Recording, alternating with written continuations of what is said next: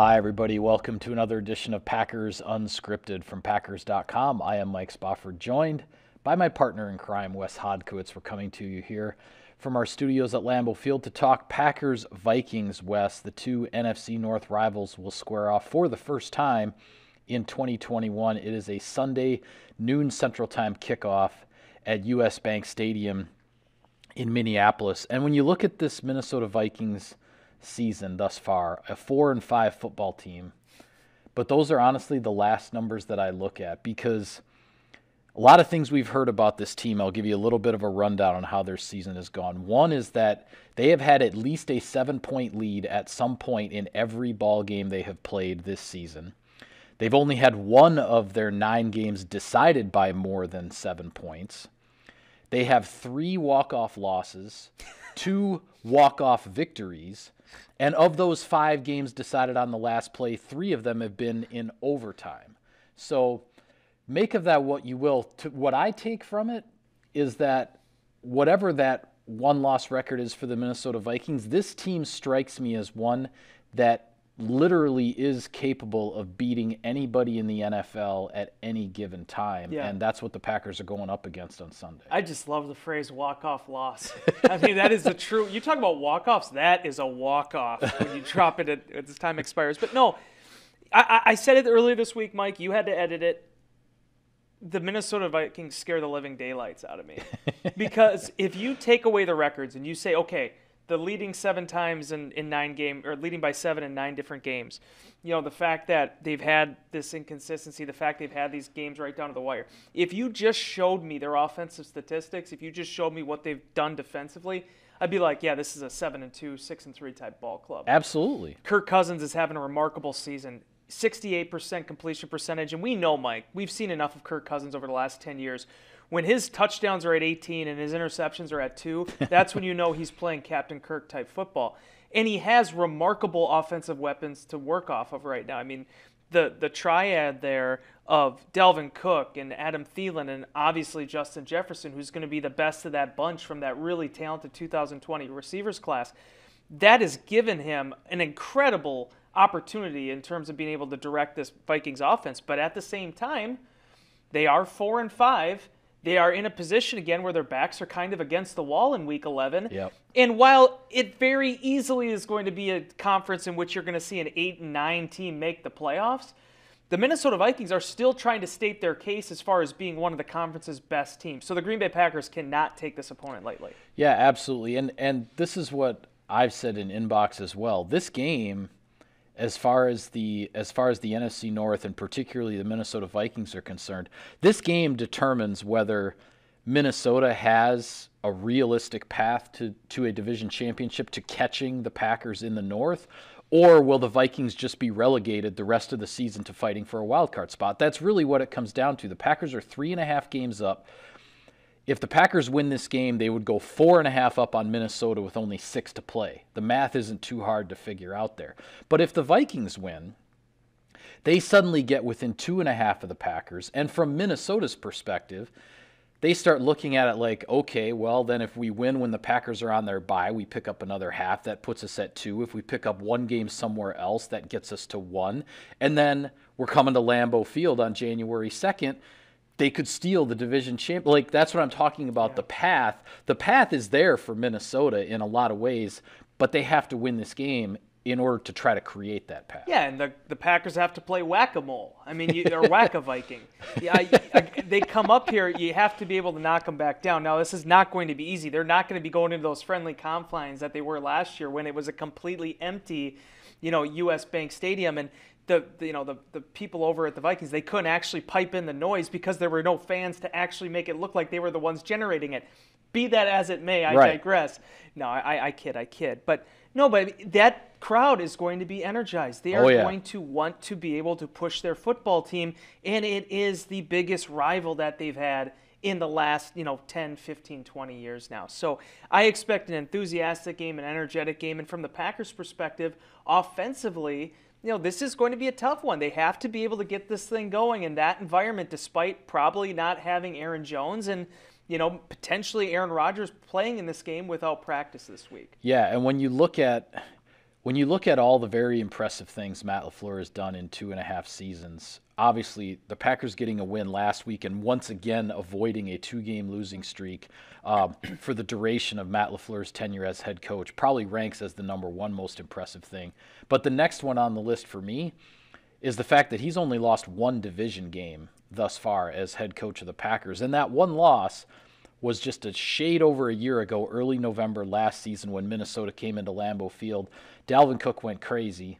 226 yards combined rushing and receiving, 4 touchdowns, and the Vikings got a victory there. So you know the Packers defense, they know everything there is to know about Dalvin Cook and how important he is. But then when, as you pointed out, Kirk Cousins through 9 games has only 2 interceptions on the season. He's playing maybe some of the best football of his career, if not overall, maybe even better than in 2015 in Washington when he led Washington to a playoff berth there. So, and as you said, on the offensive side of the ball for the Packers, still trying to figure some things out. The Packers are going to have to deal with presumably the absence of Aaron Jones here, at least in the short term. And Aaron Rodgers, as of Wednesday, not practicing because of the toe injury. And the Packers took, as we talked about on our last show, took really until the fourth quarter before the offense really started to find its rhythm and be able to finish the drives that it got going. This Packers offense went into US Bank Stadium last year and really lit the place up. But as you said, the crowd is going to be there. This is going to be a much bigger challenge in that regard for Green Bay's offense with all of that noise. This is an exciting one. This is an exciting one to look forward to here because of the intensity and what's on the line. And also seeing, the biggest thing, and you kind of touched on it a little bit in your story this week on Packers.com, is the contrast between Aaron Rodgers taking on a Mike Zimmer defense. Yeah. Now, we have to see exactly where things are at with Anthony Barr. I was doing some quick research here to see if he actually was practicing. He was limited on Wednesday after he missed last week's game with that persistent knee injury he's basically dealt with since the beginning of the season. Yeah. Danielle Hunter already went down. There are some hits that they've taken, but if Harrison Smith is back and he's feeling okay coming off the COVID list, Eric Kendricks is by far one of the most underrated, productive inside backers in this league. Really, really good player. There are so many weapons still at Zimmer's disposal that as much as we talk about this offense and the improvements that they've made and the playmakers that they have available to them, it really does come down to this defense and how Aaron Rodgers counteracts that. Now, Rodgers has had a fair amount of success during Zimmer's time in Minnesota, but certainly these guys have a long history going up against each other. So seeing kind of one of my biggest things to look at, I don't know if I'd exactly call it a key to victory, but it's just the double A gap stuff that Zimmer always likes to run.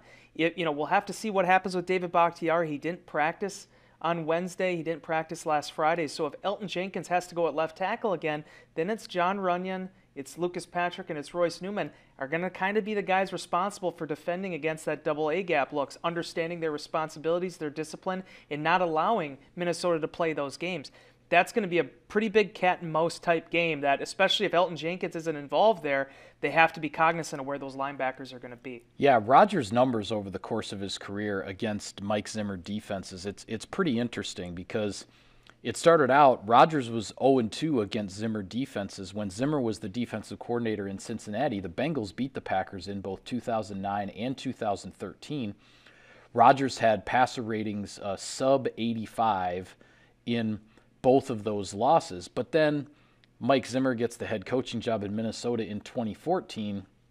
And since then, Aaron Rodgers has 24 touchdown passes and just 3 interceptions against Zimmer's defenses. Now, Minnesota still has 4 wins and a tie in that time frame, but Rodgers has performed pretty well overall for as challenging as Zimmer's defenses are. And the guys we're talking, Devontae Adams talked about it, Rodgers talked about it, LaFleur talked about it, the Harrison Smith and what he means to that Minnesota defense just in terms of trying to decipher, okay, where is he and what is he doing? And it's easier said than done because there are times that it's just really hard to figure out exactly what Smith is up to out there on the field. Well, and this isn't the Xavier Woods type defense anymore. Trey Waynes is gone, and they've had a lot of turnover at the cornerback spots, Yeah. and unfortunately for them, also some missed draft picks as well. The constant through all of that, including the station next to Harrison Smith, has been the multiple-time Pro Bowl veteran there. Xavier Woods is an incredibly talented safety. I've been high on him since he came out in college. I thought that was a really savvy pickup for them. He's kind of solidified that spot next to Smith. But those corners and those safeties and how they're able to utilize them, I think have really helped kind of keep things a little bit more simple for what they've done at the cornerback position. Bashaud Breeland, former Packer, was signed this offseason, but he's been dealing with some injury stuff. So Smith, if he's back, I mean, that is such a big thing for this defense in how they're able to kind of operate. Yeah, it's interesting. I almost like to draw the analogy with regard to a baseball team where defensively you always look, okay, how does a team look up the middle? Shortstop, second base, center field. You look at Minnesota up the middle, and it's Eric Kendricks, Anthony Barr, and Harrison Smith, and those are the guys who have been there for a really long time. Some sponsor business here, Wes. Sirius XM NFL Radio delivers hard-hitting analysis and up-to-the-minute NFL news that true football fanatics need 24/7, 365. And at Cousins Subs, we have something for everyone, like our Wisconsin cheese curds, mac and cheese, golden fries, and creamy shakes, all paired with your favorite sub or sub in a bowl. Cousins Subs, we believe in better. All right, so down to the brass tacks here, Wes. Keys to victory for the Packers on Sunday in Minneapolis. Where does it start for you? Last week, Mike, the Packers were able to turn over the football against a team that doesn't turn over the football. I think that is going to be a very similar game plan for them going up against Minnesota. So easily, it would be easy to talk about the explosive plays, minimizing the big gains, especially in the run game, with the way that they can gash you there. But I do believe if you look back in the matchups they've had against Kirk Cousins, when they're able to get some turnovers, when they're able to get some interceptions, that has been kind of what has set the table for them. Offensively, you hope that Green Bay is going to be able to figure this thing out. You hope that with another week in the books, even if they aren't able to be on the practice field together, Aaron Rodgers, Devontae Adams, and that backfield are going to be able to push the ball downfield. But defensively has been what has set the tone for Green Bay the last couple of weeks. Obviously did that against Seattle in one of their best performances of the past decade. I feel like if you're able to generate pressure, and obviously, this is a different type of quarterback. You're no longer facing Russell Wilson or Kyler Murray. Right. You're facing Kirk Cousins, so it's a little bit more of a stationary object, but still, he's very savvy, he can get the ball out, and he likes the high percentage opportunities. Get pressure on him, get a takeaway or two. I think Green Bay's able to escape there with a victory. Yeah, and I think offensively, even though you don't have Aaron Jones, A.J. Dillon, Patrick Taylor being the 1-2, I think the Packers still need to, especially with the noise and everything in that building, the Packers need to stay committed to running the offense through the running backs. And that doesn't necessarily mean they have to run the ball 30 times or whatever, but it's using Dillon and Taylor in the passing game and keeping that defense honest with the run and and staying as balanced as possible. You know what it's like. I mean, all the games that I covered Packers Vikings in the Metrodome and now in US Bank Stadium, the last place you want to be against the Minnesota Vikings in their place is 3rd and 6 or worse, right? Because that's when the noise gets crazy. They're going to come after you. Your playbook is limited because they know you're not handing the ball off. That's where the running backs are the ones who need to set the tone here for Green Bay to keep that Minnesota defense honest. And I'm excited to see it too, because a lot of times, and God bless him, it's been fun to watch Aaron Jones a lot over the years. He's made a lot of huge plays for this offense. But this isn't going to be the Aaron Jones and A.J. Dillon type offense. This is going to be thunder and thunder. I mean, you have A.J. Dillon, who really brings it at 6'2", 247, but Patrick Taylor's a big guy himself, 6'2", 220. I mean, he packs a punch. Oh, yeah. And I thought once you saw him get right with the ankle and he was able to get through a couple soft tissue injuries, the guy really showed a lot during camp. It was just sort of a great situation for Green Bay because I thought Kylan Hill came in and proved that this guy had a lot more than just being a 7th-round pick. But through the first 2 weeks of camp, I thought Patrick Taylor might actually have a real chance at being that number 3 back. A couple fumbles happened during the preseason, but overall, I think if you see Patrick Taylor for 5-10 carries in this game, you're going to be kind of impressed by what you see because there's a lot there. And if it hadn't been for that injury at Memphis that basically sidetracked 2 years for him, I think this is a guy that definitely had the pedigree to get drafted. Yeah, absolutely. I look at Patrick Taylor, and we've seen, they're all running backs of all shapes and sizes in the NFL, right? And the Packers have Aaron Jones, who's a certain style and type, and you have A.J. Dillon, who's another style and type. If you were just to, punch into a computer what an NFL running back is supposed to look like, Patrick Taylor is what physically that guy looks like. And I'm excited to see. 6'2", and then you put a pair of cleats on him. I mean, he's an imposing dude. I'm excited to see what he might be able to do with this opportunity, as much as the Packers obviously will want Aaron Jones back in this offense as soon as possible. Elsewhere around the league, Wes, I'll just do a quick rundown here, and then I'm going to get to the game I know that you want to talk about. The Chicago Bears, coming off of their bye week, I believe, they are hosting the Baltimore Ravens, so an interesting cross-conference matchup there. Arizona is at Seattle for those who want to pay attention to that other team that's at 8-2 atop the NFC with Green Bay. The Tampa Bay Buccaneers don't play until Monday night. They'll be hosting the New York Giants. Really interesting one with Dallas playing at Kansas City, especially with the Chiefs and Patrick Mahomes offensively kind of waking up last week with the big 40-point performance against the Raiders. But the game I know you've got your eye on, Wes, and it is the Detroit Lions at the Cleveland Browns. If former Packers backup quarterback Tim Boyle does get the start, if Jared Goff and that oblique injury prevents him from playing, Tim Boyle will get his first NFL start for Detroit, and I know you're excited about it. I would never wish injury upon anyone, first and foremost. Absolutely. Fortunately for Goff, it's just an oblique. It's not like it was a significant long-term deal. But when I saw the report pop out, I think Kyle Meineke, a lot of the beat writers from Detroit were talking about how Boyle was going to get the first-team reps this week. I'll tell you what, Mike. The only thing I'm asking for Tim Boyle is an opportunity. And the reason I say that is because the guy had the most disastrous college career you basically could ever have. And after it, he still wanted to play professional football. Yeah. And in his 3 years with the Green Bay Packers, he proved that he has what it takes to compete at this level. I love the fact he's been able to rewrite his story. And if he gets that opportunity, I've said this since the beginning. I understand why they did the trade. I understand why they got Jared Goff back as the compensation. But when they signed Tim Boyle and Jamal Williams, I said to you from that day, those are two really smart signings for them. Yep. Because as the Lions embark upon another rebuild, you're getting two consummate professionals who can contribute in different ways. I really feel like if Tim Boyle gets the opportunity, you're going to see why Michael Cohen, Andy Herman, myself, we all were talking about the Laser Show for the last 3 years. I don't know what's going to happen. I don't know if the Lions are going to win. Maybe Boyle could get Dan Campbell's first career victory. But it's going to be exciting. He plays exciting football, and if it happens, we'll have to see. Maybe this will be all for naught. But the fact that he's coming back off the thumb injury, I think could be a really unique opportunity for him. To me, I mean, Tim Boyle's story is remarkable. As you said, he had a dumpster fire, so to speak, of a college career. You look at what he did in college, and you're like, how in the world would this guy ever even get a look in the NFL, right? And now here he is potentially, and again, we don't know, perhaps Jared Goff will be healthy enough to play. But now he potentially has a chance to get Dan Campbell his first victory as an NFL head coach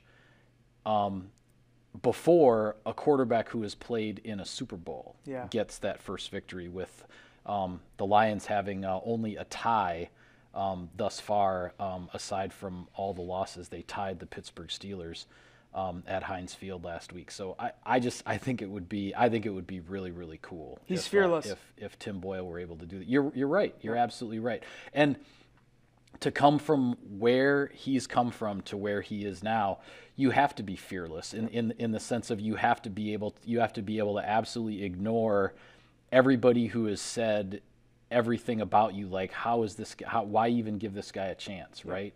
And here he is.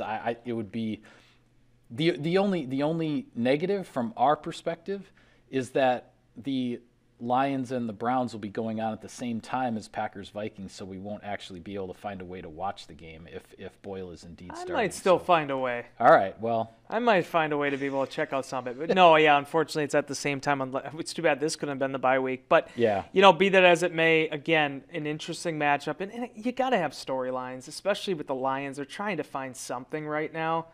Honestly, even if they clear Goff, I don't think it would hurt them to still give Tim a look. Yeah, why not give him a shot, yeah. right? I mean, we'll see. But anyway, something we'll definitely be scoreboard watching at a minimum during Packers Vikings on Sunday. But the bulk of our attention will be on US Bank Stadium and a big game in the NFC North. With that, we're going to call it a wrap on this edition of Packers Unscripted. Be sure to follow all of our coverage of the team and everything going on at Sunday's game. We'll have it all for you on Packers.com. For Wes, I'm Mike. Thanks for tuning in, everybody. See you next time.